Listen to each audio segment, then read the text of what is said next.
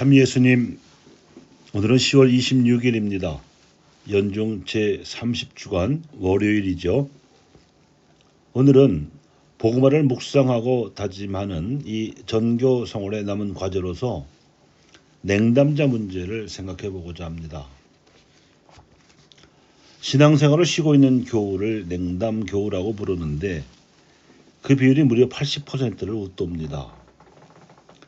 코로나19 바이러스 사태 이후에는 그 비율이 훨씬 더 높아졌습니다. 그나마 주일 미사에 나오던 20%가량의 신자들마저도 반토막 났기 때문입니다. 이제는 교적상 신자의 10% 정도만 주일 미사에 나오고 있다는 이야기입니다. 정상적인 조직에서라면 초비상사태라고 부를 만한 일입니다. 강제로 세례받은 것이 아니고 자발적으로 세례받은 사람들 중에서 열의 9 정도가 그 세례의 뜻을 스스로 거두고 있다는 뜻이기 때문입니다. 아무리 생각해 보아도 이는 정상이 아닙니다. 우리가 열심히 전교해서 신자들을 모았다 하더라도 열의 9이라는 이 비율로 냉담하는 추세가 지속된다면 쉬운 말로 전교 하나마나가 됩니다. 제가 생각하기에 이러한 대량 냉담 사태의 원인은 하느님을 체험하지 못한 채로 신앙생활을 시작하거나 입교하기 전에 그저 막연한 호감에서 가톨릭 교회를 바라보던 사람들에게 하느님을 체험하도록 행동하지 못하는 교회와 기성신자들의 소극적인 증거 자세 때문이기도 하고, 이 소극적인 증거 자세 또한 그리스도 신앙의 핵심이 대속 신앙임을 이해하지 못한 탓이기도 합니다. 예비자 교리 시간 첫 시간에 써내는 신상명세서에는 입교 동기난이 있습니다. 대부분의 예비자들이 마음의 평화를 얻기 위해서 천주교 신자가 되려 한다고 써냅니다.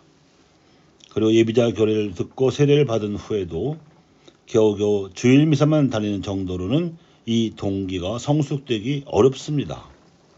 그래서 신자들이 형성하는 신앙 분위기에 있어서도 가장 큰 신앙의 동기는 마음의 평화를 누리며 죄를 짓지 않고 착하게 살다가 죽어서 천당 가는 게 목표입니다. 이렇다 보니 주일미사 참례를 넘어서 무언가 희생을 하고 봉사를 해야 하는 사도직 활동에 나서는 데에는 매우 소극적인 분위기가 형성됩니다. 반장이나 구역장, 리지오 마리에나 다른 신심단체의 책임자로 나서는 것도 극히 꺼립니다. 그런 직책을 맡으면 신자들 간의 갈등에 휘말리는 일들도 생길 텐데 굳이 그런 어려움을 겪지 않아도 죄지지 않고 착하게 살 자신은 있다고 생각하기 때문입니다. 그런가 하면 우리 주변에 아직 믿지 않는 이들의 삶을 둘러보아도 신앙이 없을 뿐이지 대개는 죄를 짓지 않으려 하고 착하게 살려 하는 이들이 태반입니다. 성당에 다니지 않아도 양심적으로 살고자 애를 씁니다. 가정교육을 제대로 받은 사람이면 다 그렇습니다. 어쩌다가 냉담하게 된 교우들의 경우에도 마찬가지입니다. 이런저런 핑계로 주일 미사를 거르고 있지만 그렇다고 해서 커다란 마음의 짐을 안고 살지도 않는 것 같습니다. 비록 미사를 드리지는 못해도 죄는 안 짓고 살 수 있다고 자신하고 있기 때문이겠지요.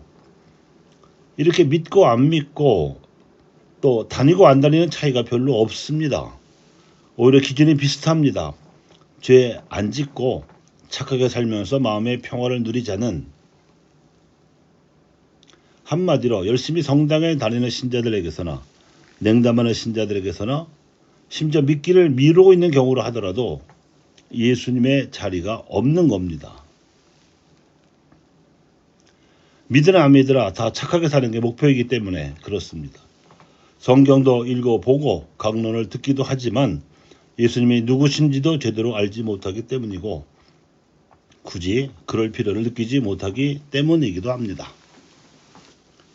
그러나 오늘 복음만 보더라도 예수님께서 가르치시고 보여주신 행적은 그저 착하게 사는 정도를 훨씬 넘어서서 다른 이들이 죄를 지어 18해 동안이나 병마에 시달리는 여인을 고쳐주신 것이었습니다. 또 오늘 독서의 내용도 사도 바로가 권고하는 바는 일반적으로 착하게 사는 정도를 훨씬 넘어섭니다. 서로 너그럽고 자비롭게 대하고 하느님께서 그리스도 안에서 여러분을 용서하신 것처럼 여러분도 서로 용서하십시오 라고 가르치기 때문입니다. 예수님께서 당신 자신을 하느님께 바치는 향기로운 예물과 제물로 내놓으셨기 때문이라고 가르치고 있기도 하기 때문입니다. 바로 이 대목이 사도 바로가 가르치는 바 예수님의 정체성이 달려있는 대속 신앙입니다.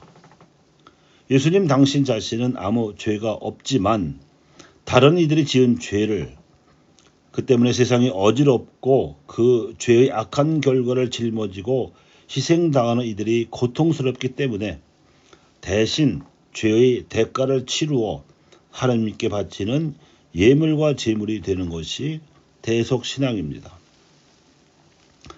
물론 교리의 내용에서나 신자들의 일상 대화에서조차도 예수님께서 십자가를 짊어지신 공로로 우리 죄가 용서받았으며 그래서 천국문이 열리게 되었다고 말하기는 합니다. 하지만 예수님께서 우리도 자신의 십자가를 짊어지고 당신을 따라와야 한다고 강조하신 대목은 별로 주목하지 않습니다. 그 십자가는 대속의 십자가입니다. 무언가 잘못해서 짊어지게 된 십자가야 당연한 것이지만 굳이 자기 자신의 탓이 없더라도 내게 주어진 십자가를 기꺼이 수락하고 짊어질 수 있는 자세가 바로 대속신앙인데 이게 어렵습니다. 그리고 무지무지하게 우울하게만 받아들입니다. 우리 한국 천주교회 일반 신자들 사이의 신앙 분위기가 그렇다는 이야기입니다. 사도 바울의 권고 중에 여러분도 사랑 안에서 살아가십시오 라거나 여러분은 감사의 말만 해야 합니다 하는 말이나 빛의 자녀답게 살아가십시오 하는 말 등은 착하게 사는 정도를 훨씬 넘어서는 대속 신앙에 입각한 잉여의 사랑을 권고하는 내용입니다. 이 잉여의 사랑을 증거하는 신자들에 의해서 하느님을 체험하는 신자들이 늘어나야 냉담 사태가 비로소 진정될 수 있을 것입니다. 감사합니다.